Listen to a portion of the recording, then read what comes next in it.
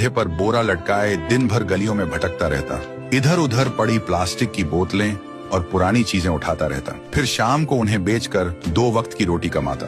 थुंग थुंग अपनी बीवी और बच्चे के साथ एक टूटी हुई झोपड़ी में रहता था। गरीबी इतनी थी कि कभी कभी नमक रोटी भी नसीब नहीं होती थी। भूख मिटाने के लिए पेड़ों के पत्तों का सहारा लेना पड़ता। फिर भी थुंग थुंग ने कभी चोरी का सहारा नहीं लिया। एक दिन थुंग थुंग थका हारा श्मशान के पास बैठा था। शाम ढल चुकी थी और हवा में जले हुए लकड़ों की बू थी। तभी उसे मिट्टी के नीचे से हल्की सी रोशनी चमकती दिखी। वह धीरे से उठा और मिट्टी खोदने लगा। कुछ ही देर में उसे जमीन के अंदर से एक पुराना सा लोहे का घंटी वाला दिया मिला। जैसे ही उसने उसे उठाया, एक भारी आवाज गूंजी, जो भी इस दिए को जगाएगा उसकी हर इच्छा पूरी होगी, लेकिन बदले में उसकी सबसे प्यारी चीज चली जाएगी। थुंग थुंग का दिल जोर जोर से धड़कने लगा। वह मन ही मन सोचने लगा, सबसे प्यारी चीज मतलब क्या? वह घर लौटा और बीवी को सब बताया। बीवी ने ध्यान से सुना। उसकी आंखों में डर भी था और थोड़ी सी उम्मीद भी। फिर बोली, 3 दिन से बच्चा भूखा है, क्यों ना पहले खाना मांग ले।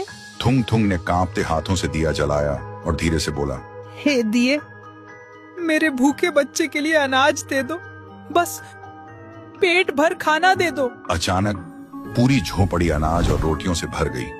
बीवी खुशी से रो पड़ी। लेकिन उसी रात थुंग थुंग ने देखा उसका बच्चा चुपचाप कोने में बैठा है और उसे पहचान नहीं रहा। सुबह तक बेटा उसका नाम भूल चुका था।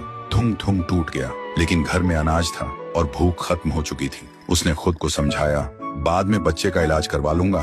फिर उसने सोचा, एक और बार इस्तेमाल कर लेता हूँ। इस बार उसने मांगा, हे दिए, पक्का मकान और दुकान दे दो। पलक झपकते ही टूटी झोपड़ी की जगह एक सुंदर पक्का घर बन गया और बगल में भरी हुई दुकान खड़ी थी।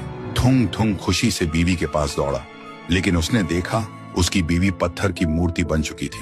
थुंग थुंग चीखता रहा, रोता रहा और कोने में रखा वह दिया हंसता रहा, क्योंकि शर्त वही थी, हर बार सबसे प्यारी चीज खोना। अब थुंग थुंग के पास बड़ा घर था, पर वह पूरी तरह अकेला पड़ गया था। वह रोते हुए पत्थर बनी बीवी को गले लगाकर बोला, मुझे ये अमीरी जिंदगी नहीं चाहिए।